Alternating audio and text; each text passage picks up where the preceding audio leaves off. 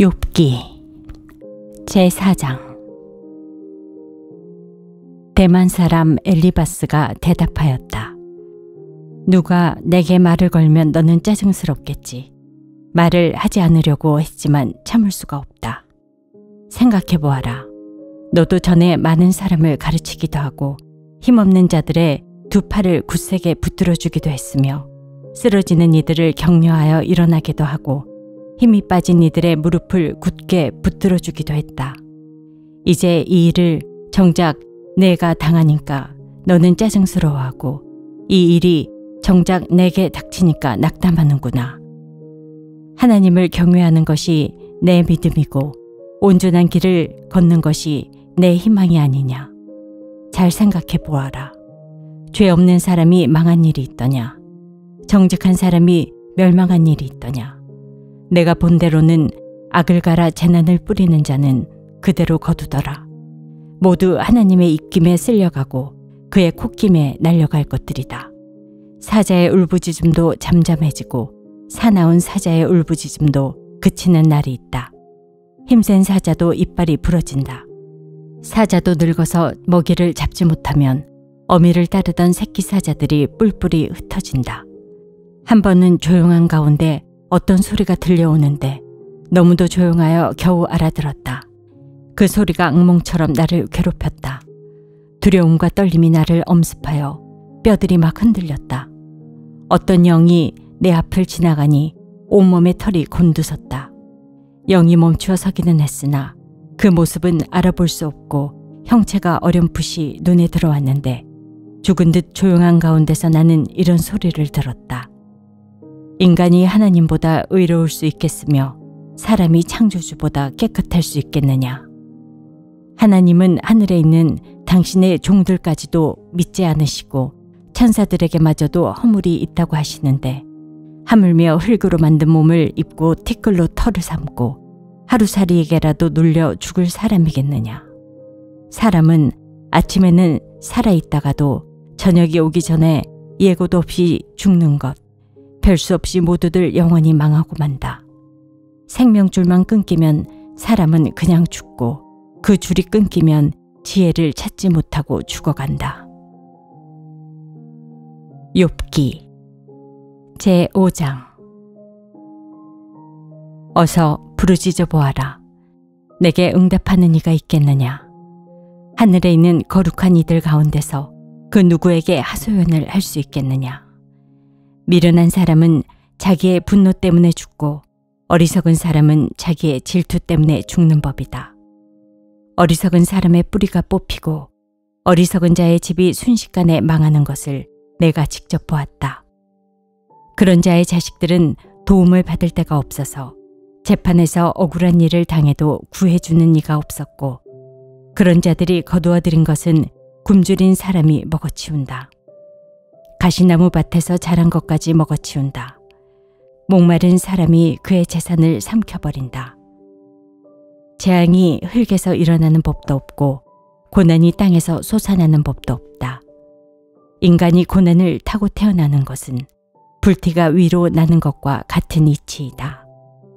나 같으면 하나님을 찾아서 내 사정을 하나님께 털어놓겠다.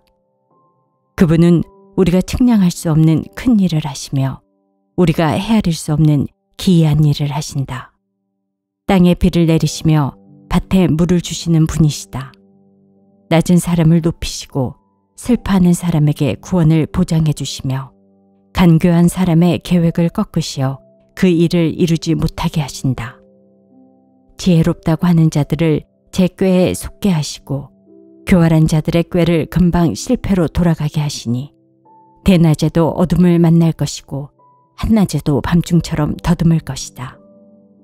그러나 하나님은 가난한 사람들을 그들의 칼날 같은 입과 억센 소나기로부터 구출하신다.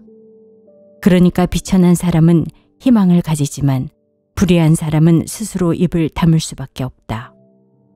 하나님께 징계를 받는 사람은 그래도 복된 사람이다. 그러니 전능하신 분의 훈계를 거절하지 말아라.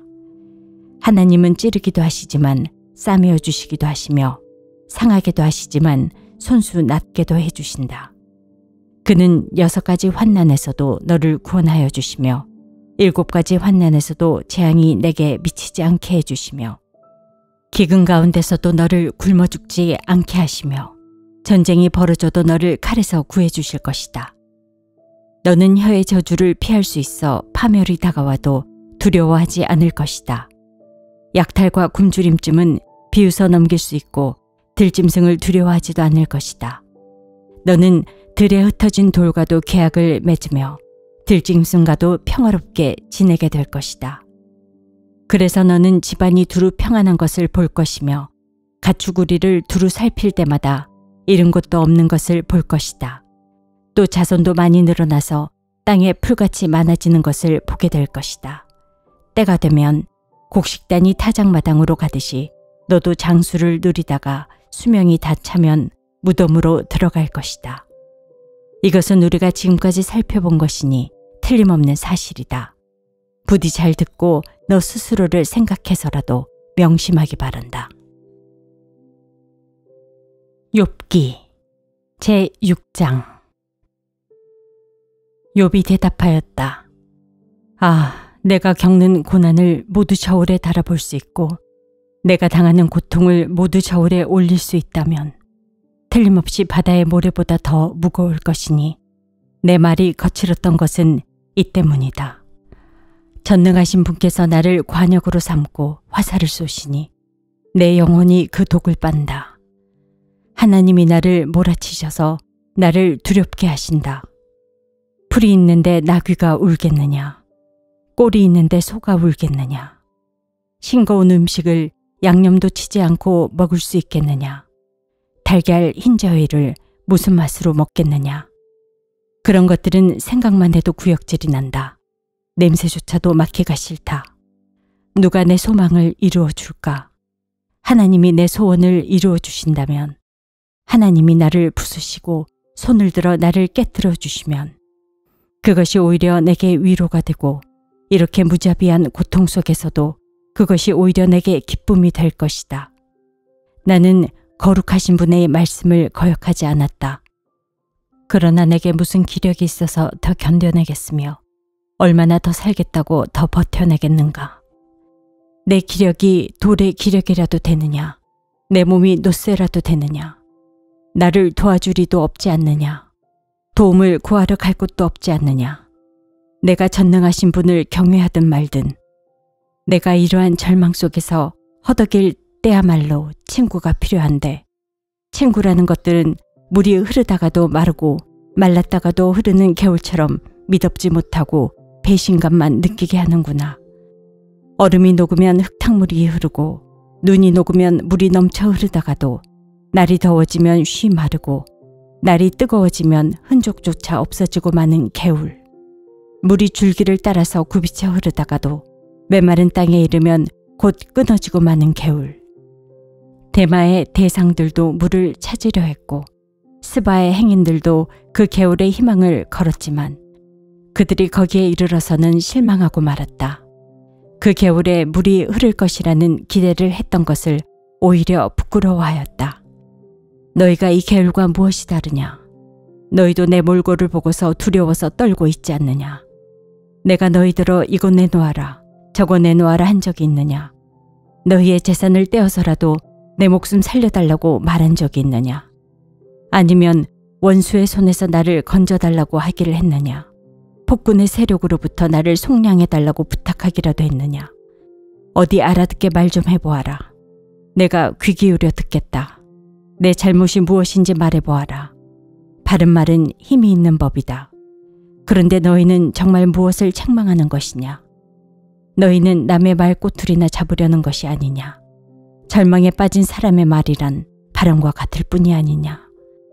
너희는 고아라도 제비를 뽑아 노예로 넘기고 이익을 챙길 일이라면 친구라도 서슴지 않고 팔아넘길 자들이다. 내 얼굴 좀 보아라. 내가 얼굴을 맞대고 거짓말이야 하겠느냐? 너희는 잘 생각해 보아라. 내가 억울한 일을 당하지 않게 해야 한다. 다시 한번 더 돌이켜라. 내 정직이 의심받지 않게 해야 한다. 내가 혀를 놀려서 옳지 않는 말을 한 일이라도 있느냐? 내가 입을 벌려서 분별 없이 떠든 일이라도 있느냐?